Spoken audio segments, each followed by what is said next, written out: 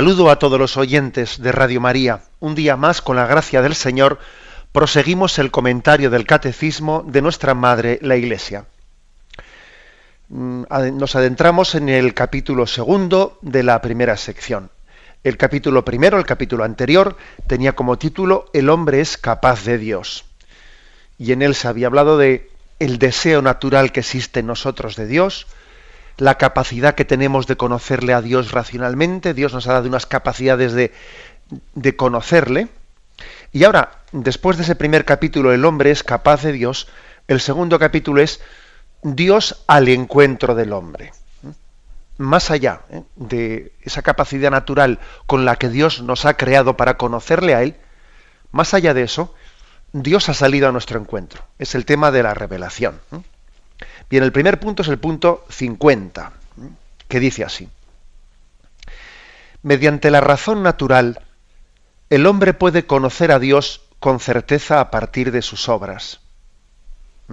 Interrumpo aquí, esto es lo que en el capítulo anterior se ha explicitado. Dios nos ha dado una capacidad racional que puede deducir desde las criaturas la existencia del Creador. Incluso también puede deducir algunas cualidades de ese Creador, su infinitud, su grandeza, bueno, su bondad. Pero, continúa diciendo, pero existe otro orden de conocimiento que el hombre no puede de ningún modo alcanzar por sus propias fuerzas, el de la revelación divina. Y aquí cita pues un decreto del Concilio Vaticano I en el que se define esa distinción de cómo hay que diferenciar claramente una religiosidad natural de una religiosidad revelada. Religiosidad natural es aquella que tiene en el hombre, parte del hombre, es la iniciativa de cómo accedemos a Dios. Pues ha existido una religiosidad natural en la que el hombre imagina, de alguna manera inventa, deduce cuál puede ser su relación con Dios, etcétera, y también él mismo pues da origen a unos ritos, a unos caminos de comunión con Dios. Esa es la religiosidad natural que parte del hombre para intentar llegar a Dios. Pero es que hay otra religiosidad esencialmente diferente, que es la religiosidad revelada, la sobrenatural, que no tiene en nuestra iniciativa el punto de partida, no, sino que tiene en Dios mismo el punto de partida. Por eso dice, no, existe otro orden de conocimiento que el hombre no puede de ningún modo alcanzar por sus propias fuerzas, el de la revelación divina. Y continúa diciendo, por una decisión enteramente libre, Dios se revela y se da al hombre. Lo hace revelando su misterio, su designio benevolente, que estableció desde la eternidad en Cristo en favor de todos los hombres. Revela plenamente su designio enviando a su Hijo amado, nuestro Señor Jesucristo, y al Espíritu Santo. Bueno, por lo tanto hay dos órdenes de conocimiento que lógicamente no se excluyen el uno al otro. Ni el conocimiento natural excluye el conocimiento sobrenatural, ni el conocimiento sobrenatural excluye el conocimiento natural. Son dos cosas que son complementarias, una no excluye a la otra. Pero sin duda la segunda supera ampliamente a la primera. Recuerdo haber puesto un ejemplo, que igual algunos oyentes pues recordarán, un ejemplo que para intentar distinguir entre la religiosidad natural de la sobrenatural, o el conocimiento racional sobre la existencia de Dios y el conocimiento de fe revelado. Y el ejemplo es el siguiente, ¿no? Pues imaginémonos que hay un periodista de estos de la revista del Corazón, que está queriendo conocer, ¿no?, acercarse, aproximarse a la vida de, pues no sé, ¿no?, de un cantante o de una actriz o lo que fuere. Y claro, pues esa persona tiene muchas medidas de seguridad a su alrededor, de manera que no es fácil acercarse a ella, ¿no?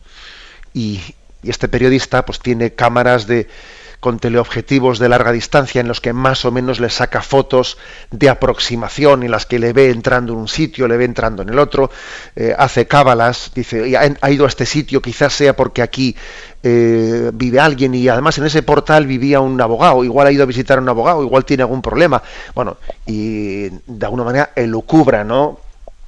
A veces acertará, otras veces no acertará el tipo de lecturas que hace de los pasos que le ve dar a ese cantante al que le sigue sus pasos, ¿no?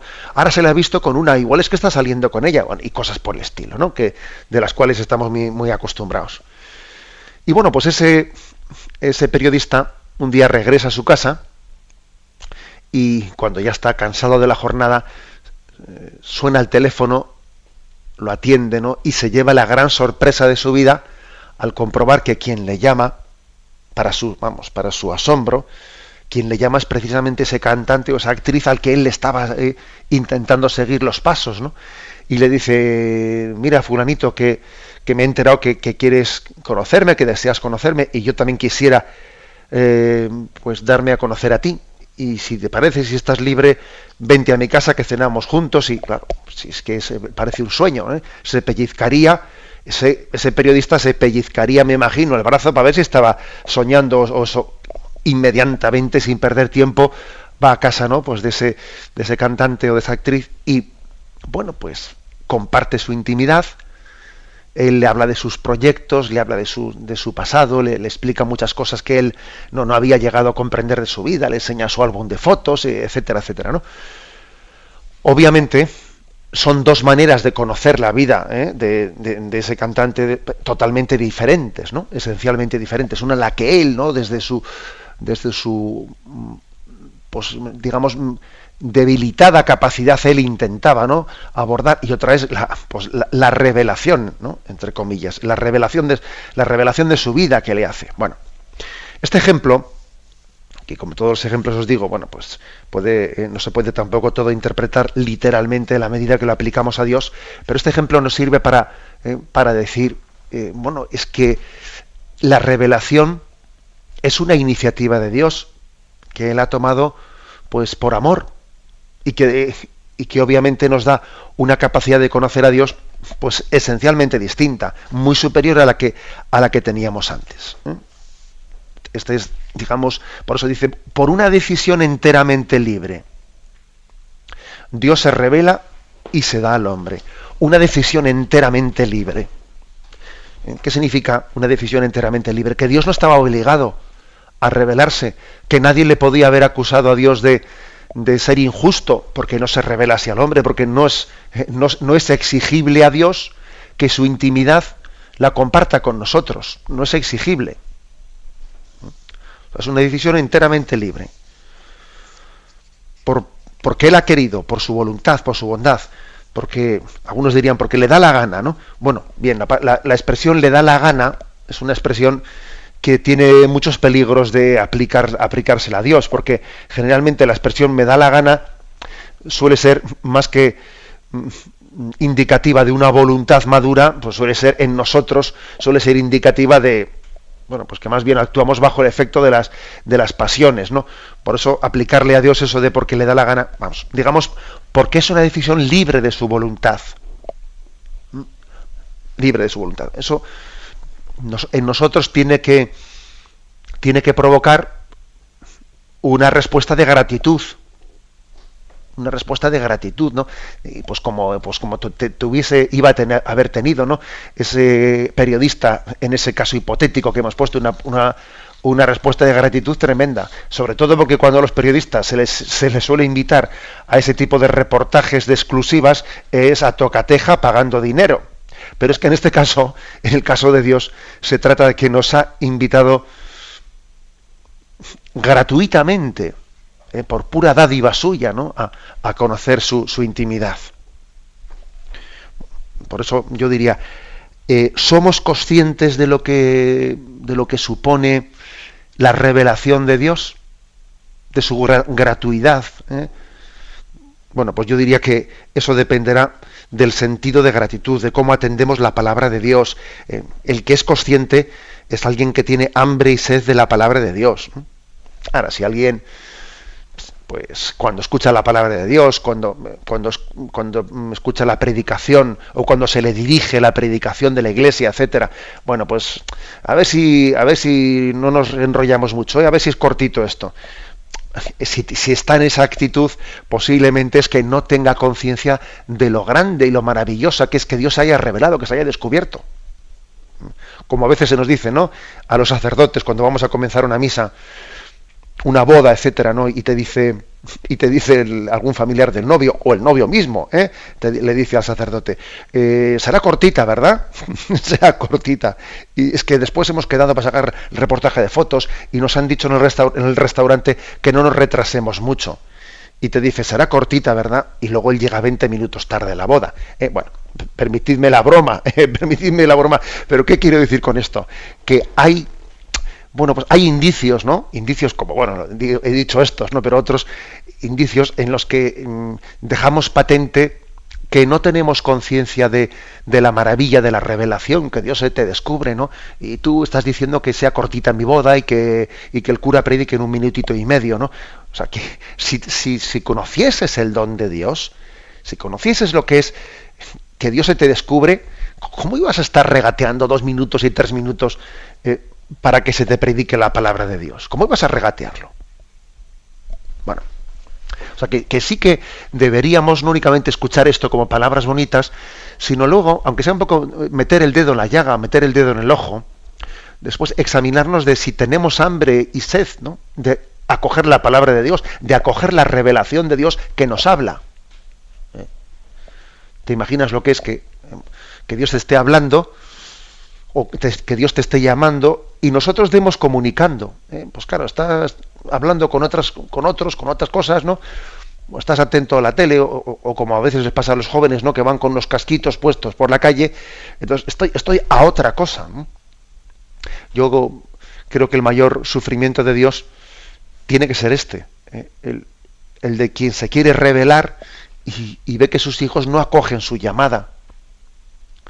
Acordaros de ese episodio del que tantas veces os he referido, en el que Jesús llora al ver Jerusalén, Jerusalén, Jerusalén, que apedreas a los profetas, que rechazas a los que te son enviados. ¿Cuántas veces he querido reuniros y no habéis querido? Bueno, la revelación de Dios, consecuencia de una decisión libre y amorosa. Libre y amorosa quiere decir por amor. Y libre, lógicamente, quiere decir pues que no es, o sea, que no es debida, no es debida, sino que es gratuita. Bien, tenemos un momento de reflexión y continuaremos enseguida.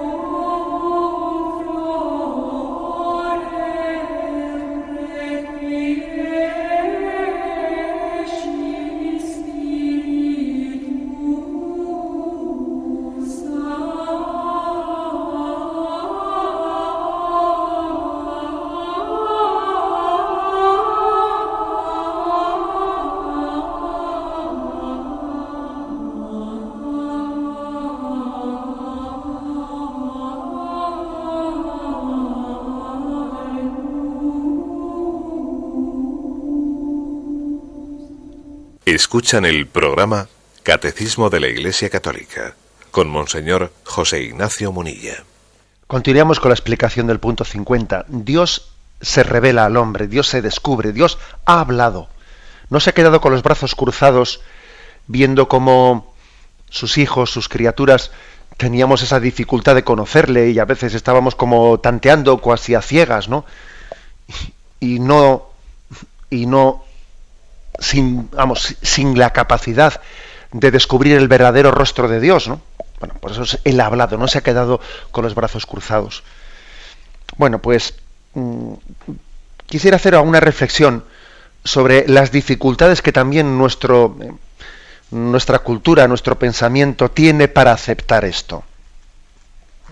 Es curioso porque estamos hoy en un momento en el que a mí me parece que esta es la verdadera frontera entre la creencia y la increencia. Así como en el momento en el que la ideología marxista pues estaba muy en el candelero, en aquel momento pues parecía que la frontera era la afirmación de la existencia o no existencia de Dios, y el marxismo afirmaba que la religión es el opio del pueblo, que era una construcción pues para engañarnos, para engañar a los pobres del mundo y para consolarles con el cielo, y etcétera, etcétera, ¿no? Nos acordamos de aquella doctrina comunista y que afirmaba el ateísmo científico, etcétera. Bueno, claro que hoy en día existe algo de eso todavía, pero eso ya ha pasado a ser minoritario. Hoy en día más que ateísmo, lo que existe más bien es un agnosticismo, ¿no? Entendido no como una negación explícita de Dios, porque también para negarle a Dios, para negar explícitamente a Dios, hay que dar razones, y hay que tener cierta energía. Y quizás en nuestra cultura pues no existe esa energía para meterse directamente, ¿no? Alguno lo hace, por supuesto, ¿no? Más bien decía que la frontera actual, más que en la creencia o en el ateísmo, está en el agnosticismo, es decir, decir, es posible, ¿no?, que exista un ser superior, trascendente, una energía infinita, pero lo que ya se descarta como absurdo es la posibilidad de que Dios llegue a tener una relación personal con nosotros, que sea un Dios que nos hable, que se comunique con los hombres. Eso ya, esta es la frontera, creer en la revelación o no creer en la revelación, más que creer o no creer en Dios.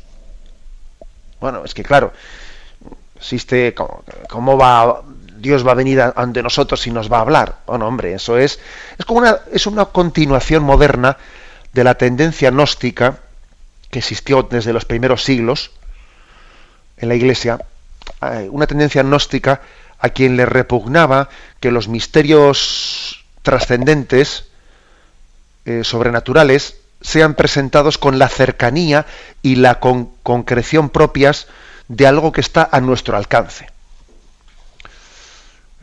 Digamos que este agnosticismo lo que viene a decir es que la revelación, eso de que Dios nos habla y nos muestra el camino y nos enseña los mandamientos y nos da unos sacramentos para hablar con Él, ¿no? Eso sería el recurso de los ignorantes, que necesitan ver y palpar y poner velitas, ¿no? y se ridiculiza de esta manera, porque son incapaces de pensar y de abstraer, ¿no? Y Bullmann fue quien dijo que lo divino no puede acontecer de este modo tan así tosco, tan inmediato, que se puede ver y palpar, ¿no?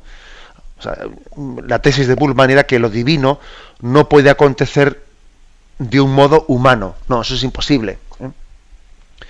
Dios no puede actuar o manifestarse sensiblemente en el espacio ni en el tiempo. Dios no puede ser la causa de acontecimientos físicos. O sea, cómo Dios va a intervenir en las leyes físicas del mundo.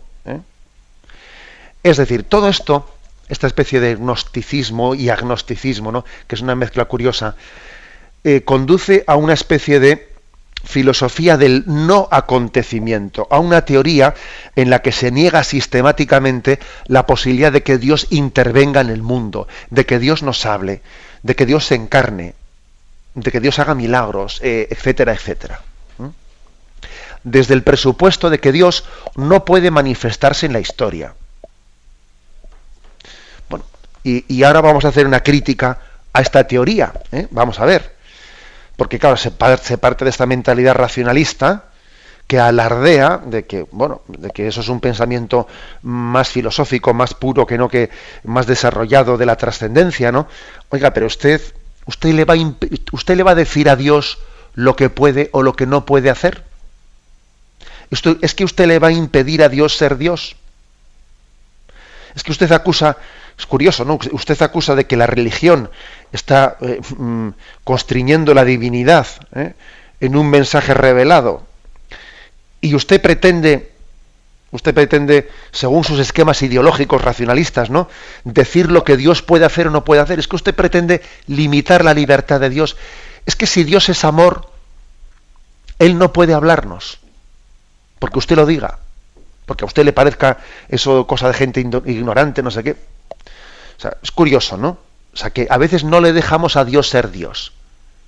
Además de tener cierta dificultad, ¿no?, de comprender la dinámica del amor, porque el amor tiende a comunicarse, el amor tiende a darse. Entonces, la verdad es que para entender por qué Dios se ha revelado, porque Dios nos ha hablado, pues igual hay que ser un poco padre, hay que ser un poco madre, y entender cómo un padre y una madre difícilmente van a permanecer callados viendo cómo su hijo va por el camino de la perdición. No se van a quedar con los brazos cruzados, es que van a ir en su búsqueda, van a salir en su búsqueda. Por eso a veces no comprendemos a Dios y no comprendemos la revelación, porque no tenemos corazón de padre o de madre.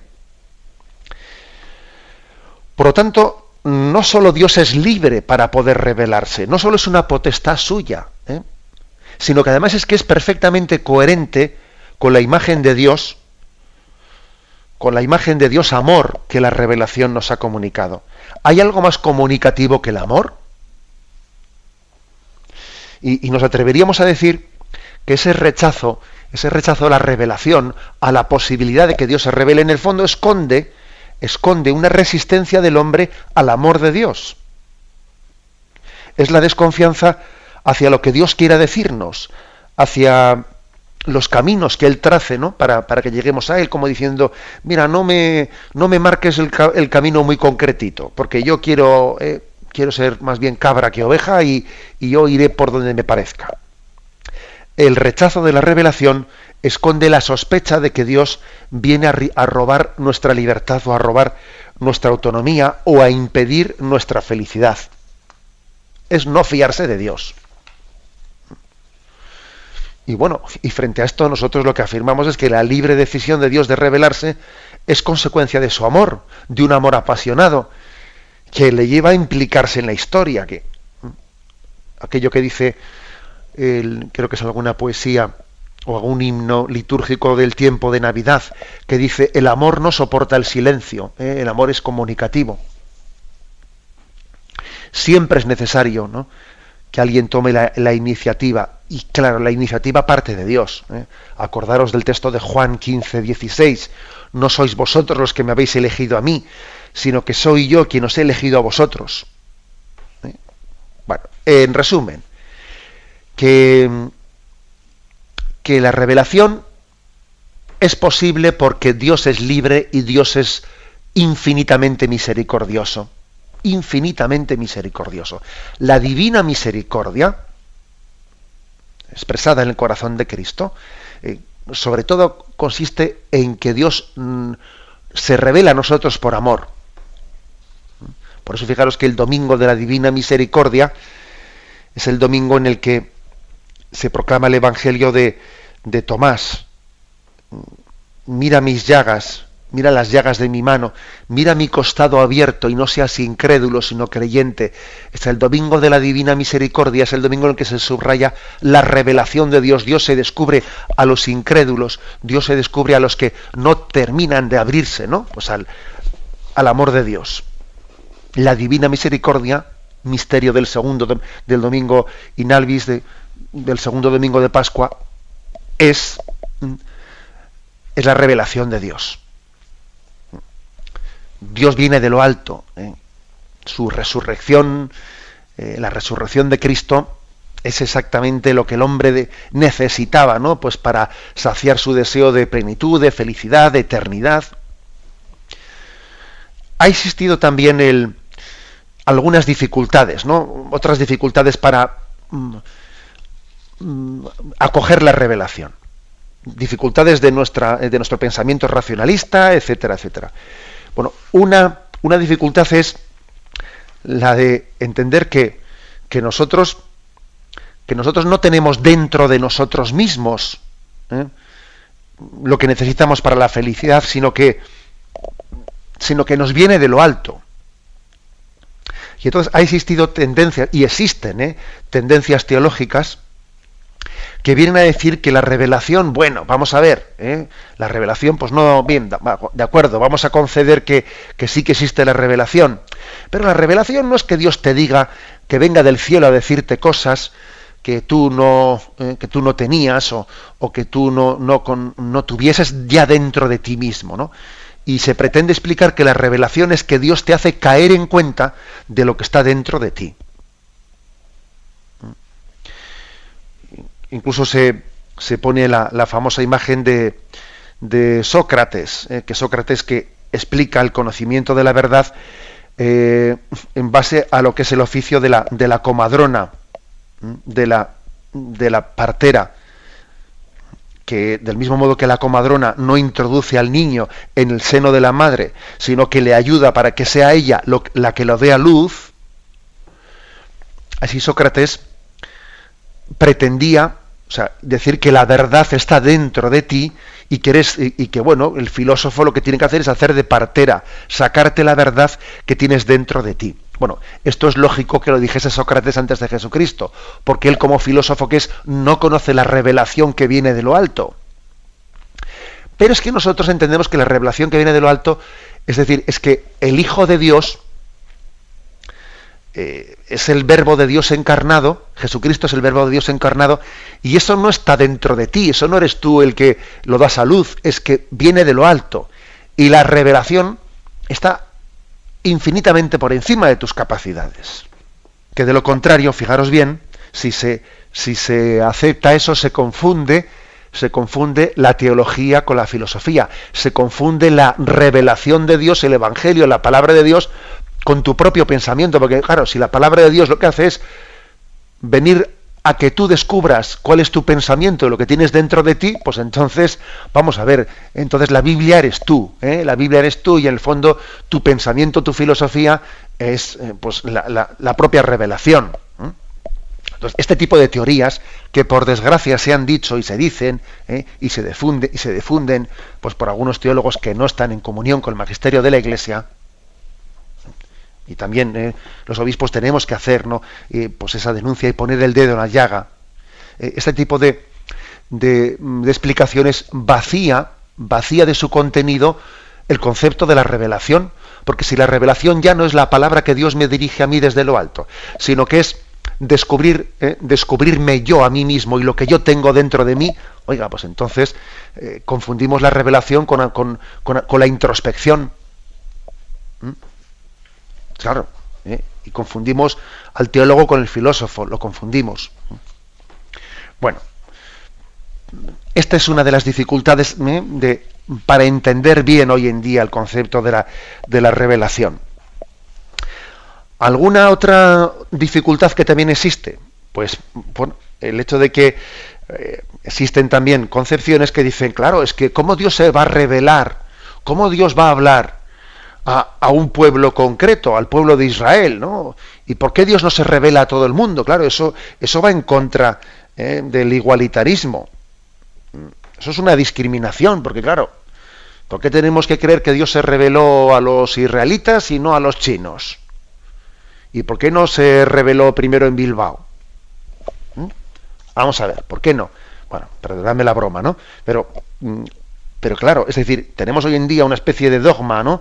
Igualitarista, en el que decimos, vamos a ver, es que cuando Dios elige un camino de revelación, pues está eligiendo un camino concreto en el que a unos les toma como instrumentos para llevar su mensaje a todos. Es que si Dios se tiene que encarnar, en algún sitio se tendrá que encarnar, y si se hace hombre y entra en nuestros parámetros históricos, en nuestro espacio y en nuestro tiempo, pues no va a estar al mismo tiempo en Nazaret y en Santiago de Compostela, pues no va a estar al mismo tiempo, ¿no? O sea, es decir, que tenemos que entender que Dios, cuando entra en la historia, lógicamente también está limitado a un espacio y a un tiempo, pero Él no discrimina al resto de los pueblos, no les discrimina, sino que elige a Israel para ser un pueblo desde el que su revelación se abra a todo el mundo. Y precisamente uno de los pecados de Israel, que es denunciado por los profetas y en definitiva por Jesús, es el de pretender apropiarse de esa revelación, olvidando que somos instrumentos de Dios para todo el mundo. Acordaros cuando Jesús dice, somos hijos de Abraham, y él dice, Dios podría hacer hijos de Abraham de estas piedras, con lo cual seamos humildes y considerémonos portadores del mensaje de Dios a todo el mundo.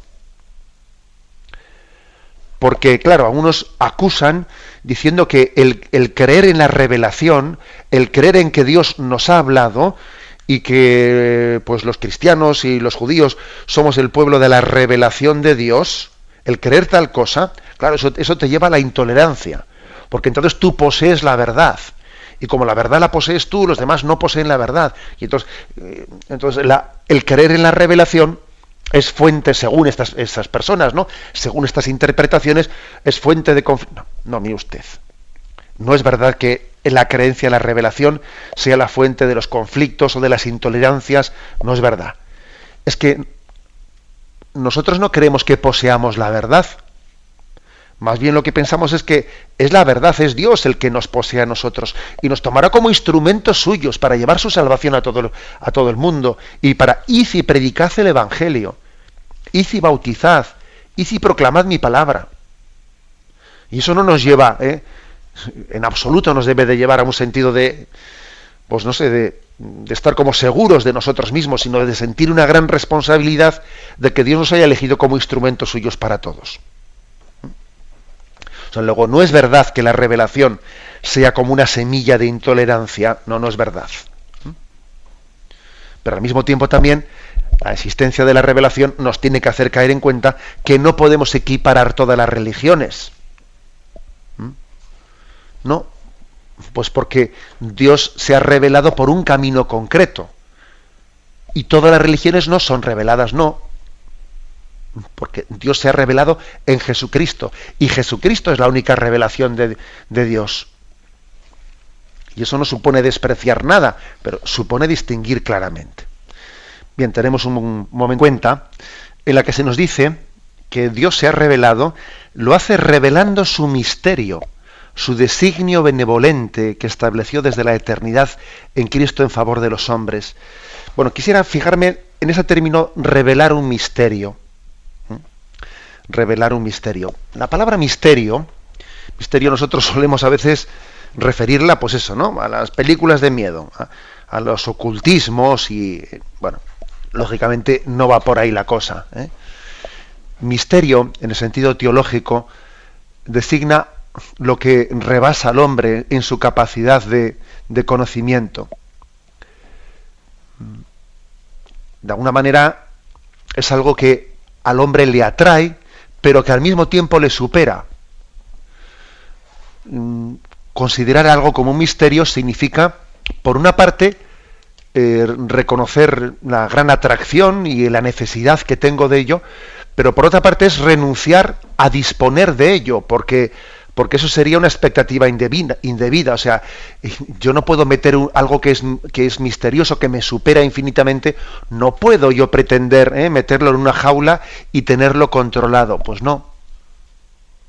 Sería hasta un pecado por parte del hombre pretender controlar un misterio que me supera. Ante un misterio uno siempre tiene que ser humilde, porque es algo grandioso, que me atrae, que soy consciente que vivo de ello, pero que por otra parte no puedo controlar, ¿no?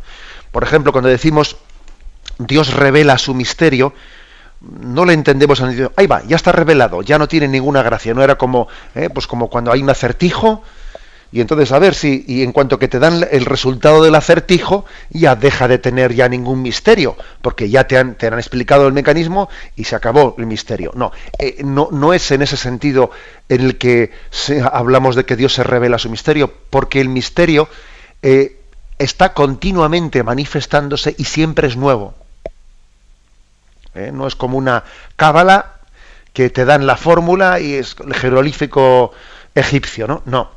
el misterio siempre es misterio, y por el hecho de que Dios te lo revele, no deja de ser misterio. Por ejemplo, se dice, Dios es amor. Ah, descubierto el misterio, ya está. No, no. Te lo ha descubierto, te lo ha revelado, pero sigue siendo un misterio. O sea, es algo que supera la mera razón humana.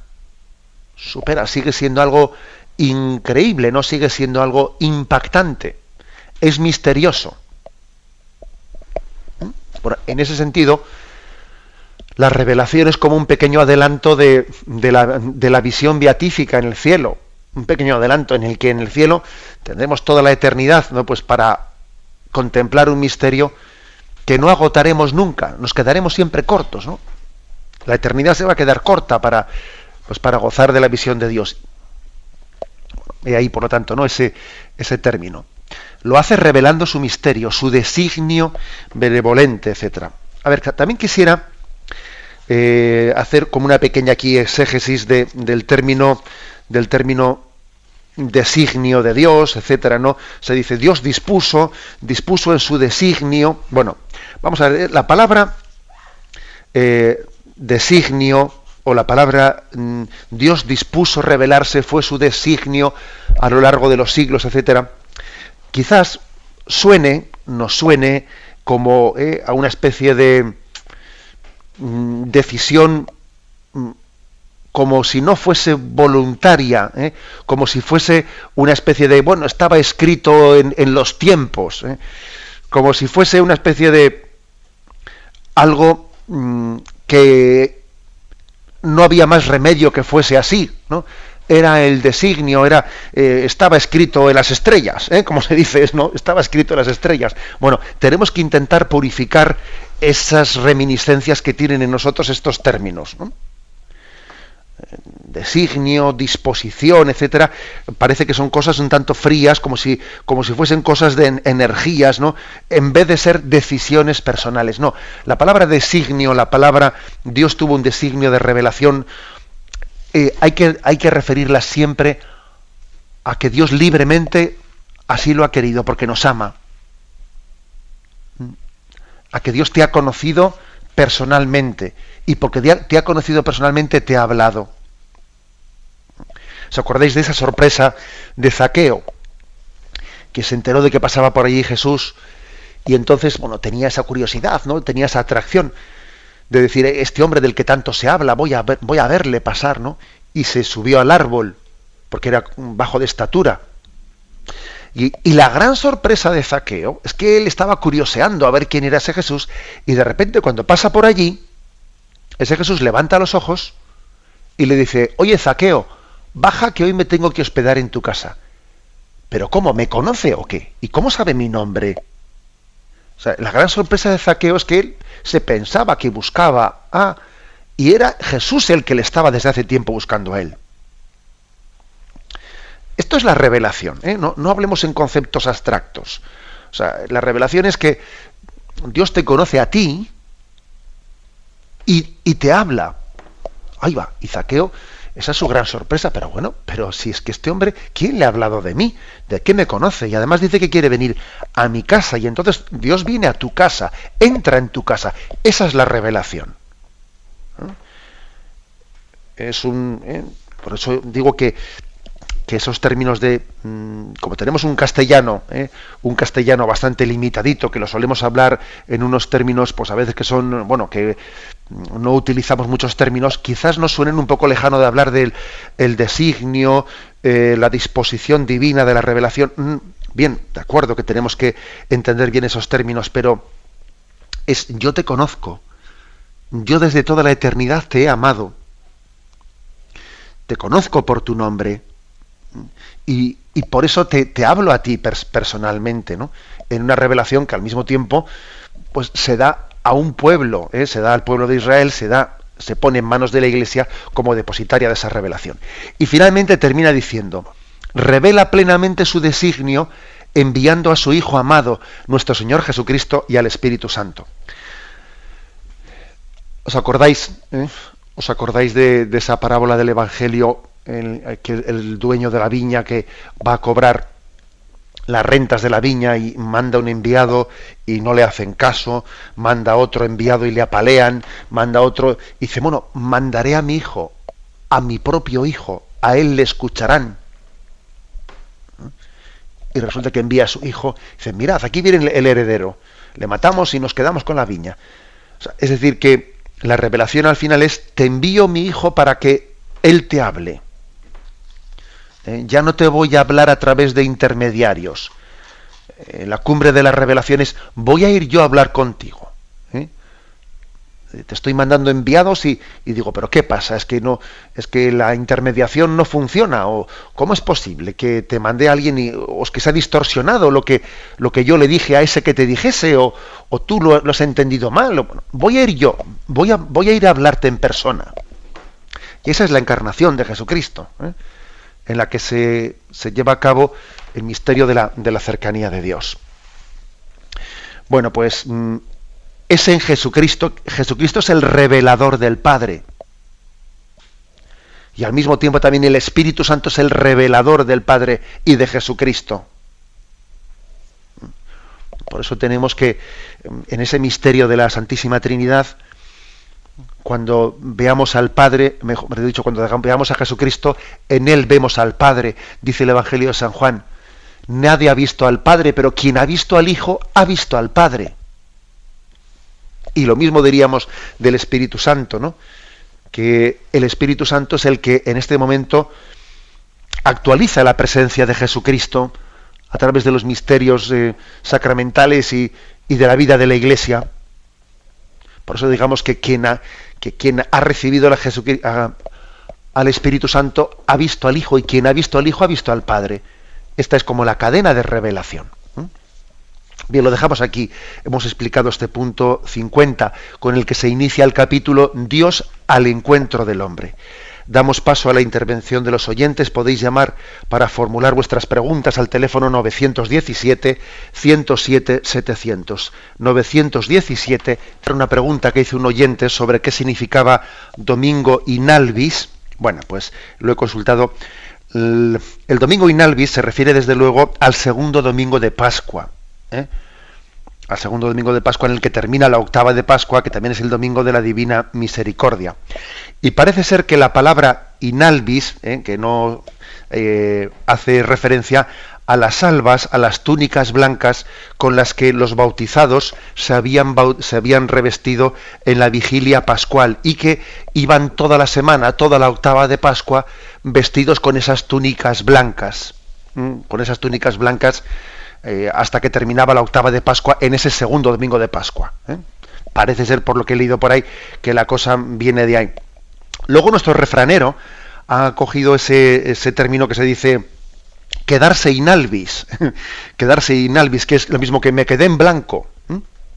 Me quedé en blanco, es decir, se me fueron de la cabeza otros pensamientos y me quedé en blanco. Bueno, pues parece ser que también esa expresión de quedarse in albis viene también de que en el momento en que alguien se ha bautizado, se ha desprendido del hombre viejo y se ha quedado únicamente limpio y puro para Dios. Entonces me quedé in albis, es que me desprendí de todo lo demás y me quedé en blanco y puro delante de Dios.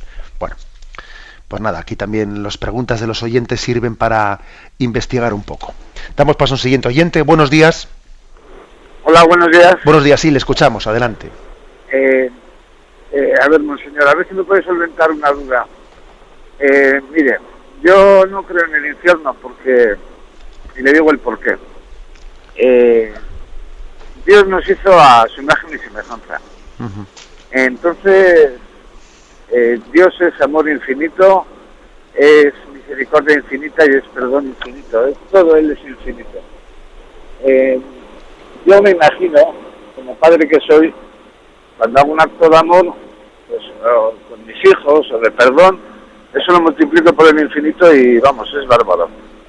Entonces, yo creo que cuando nosotros acabemos la peregrinación por este mundo y pasemos la puerta de la muerte, pues yo creo que Dios, con ese amor infinito, es imposible que, o sea, yo como padre es imposible que yo le condene a mi hijo a muerte porque haya cogido y haya cometido un crimen. Haré los posibles para que siga viviendo y demás. Y entonces, por lo mismo, si eso lo multiplico por el infinito, pues es lo que digo. No sé si me entiende. De acuerdo. ¿Va usted conduciendo? Sí, voy conduciendo. Vale, pues cuidado con la carretera. Le respondo ahora mismo. Muy bien. Bien, vamos a ver, pues... Bien, yo entiendo este razonamiento, que es un razonamiento que muchas veces pues también hemos aducido para decir un poco la incomprensión ante la posibilidad de la condenación eterna.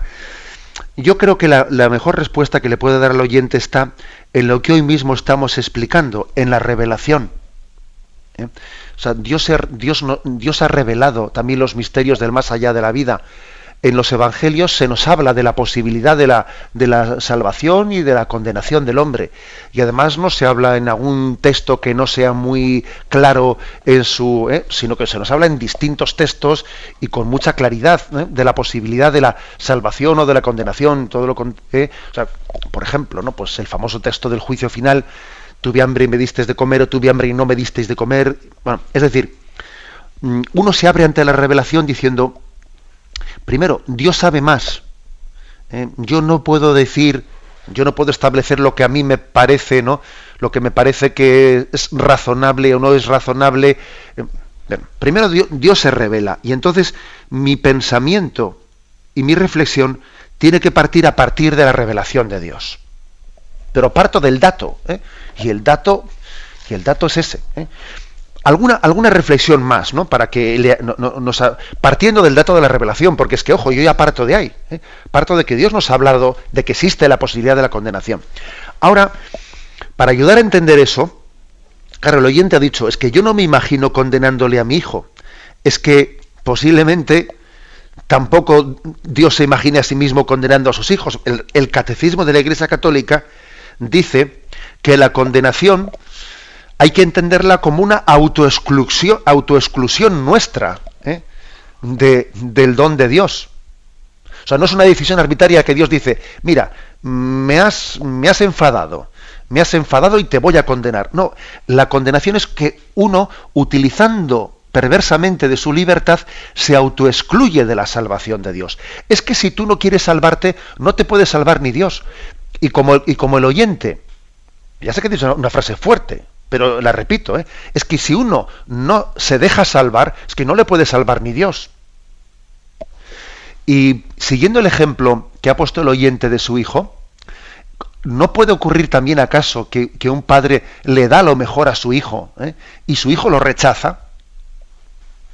Lo rechaza, con lo cual, quizás para entender este misterio hay que hablar de la autoexclusión. Es que Dios nos ha creado y respeta nuestra libertad. Y no puede no hacerlo porque no se puede ser libre y al mismo tiempo estar obligado al mismo tiempo. Porque no se puede hacer un círculo cuadrado. O es círculo o es cuadrado. O somos libres o no somos libres. Pero si somos libres, existe la posibilidad de que utilicemos nuestra libertad rebelándonos frente a Dios y rechazando su salvación. Bueno, en fin, misterio es misterio, pero que es un misterio que ha sido revelado, y en eso pues tenemos que ser humildes ante Dios. Yo no me imagino a Dios contándonos el cuento en el Evangelio de la historia del coco o del hombre del saco. No, yo creo que son palabras de verdad y de vida. Damos paso a un siguiente oyente. Buenos días. Hola, buenos días. Sí, está aquí. adelante, Paqui. Padre José Ignacio, sí, escuchamos. Gracias por todo. Muy bien. Yo soy consciente de que el Señor todos los días, a través del Evangelio, me dice, a veces de forma muy concreta, me responde cuál es su voluntad con respecto a preguntas que yo le hago, de cosas cotidianas incluso. Y a veces me responde días posteriores, pues porque es más importante, lo que me tiene que decir ese día es más importante de lo que yo le pregunto. Y también, sobre todo es eso. Pero yo también me pregunto si a través de, porque yo a través de usted, a través de otros hermanos, también encuentro respuestas a preguntas que me hago. Para mí es más importante la palabra de Dios, pero yo no sé si Dios también me puede hablar a través de los sacerdotes, de un hermano, de cualquier persona. Sí, de acuerdo. Mire, la verdad es que obviamente no se puede decir que hay que distinguir entre lo que es la revelación, que es la palabra de Dios, y la tradición, de otros medios humanos, ¿no? Pero es verdad que hay medios humanos que lo que pueden hacer es hacernos más accesible la revelación, explicárnosla pedagógicamente. O, por ejemplo, en el caso de los santos, su testimonio de vida lo que hace es que la revelación nos resulte convincente, porque claro, uno ve un santo, ve la coherencia de su vida, le enamora, ve la Madre Teresa de Calcuta y entonces le resulta convincente lo que dice el Evangelio. No una palabra teórica, sino una palabra viva. No es que nosotros pongamos al mismo nivel a la Madre Teresa de Calcuta o a un catequista, al mismo nivel que la revelación en absoluto, pero es verdad que es un instrumento de Dios para hacerme más accesible, más comprensible lo que es la revelación. Ahora, ese instrumento no es la revelación misma. Eso, bueno, entendido así, pues no es incorrecto. Damos paso a un siguiente oyente. Buenos días.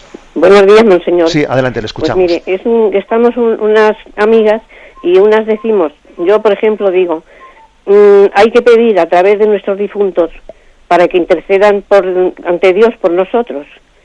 Y las otras dicen que no, que los difuntos pueden estar sufriendo y que no pueden interceder ante el Señor por nosotros. Esa es la pregunta. Bien. Pues mire usted, vamos a ver, la verdad es que las almas de los fieles difuntos en el purgatorio sí pueden interceder por nosotros. Nosotros intercedemos por ellas, pero también ellas interceden por nosotros. En el purgatorio obviamente no existe, ¿no?, una capacidad de intercesión tan plena como existirá en el cielo, desde la visión con Dios, pero la verdad es que también en la tradición de la Iglesia ha existido pues el encomendarse a las almas del purgatorio, que por eso también hay que decir que existe una comunión con ellas, yo rezo por ti, tú rezas por mí. Se puede, y ¿cómo un alma del purgatorio que está purificándose puede interceder por nosotros? Hombre, ¿acaso nosotros no podemos interceder por otros que estamos también aquí purificándonos e incluso estamos a veces en pecado? O sea que quiero decir que por la misma regla de tres que alguien desde aquí con todas sus imperfecciones puede interceder, también un alma del purgatorio puede interceder. Pues nada, dígale eso a sus amigas, y eso quiere decir que nuestra oración por las almas de purgatorio tiene que ser intensa, porque la de ellas es intensa por nosotros. Me despido con la bendición de Dios Todopoderoso, Padre, Hijo y Espíritu Santo. Alabado sea Jesucristo.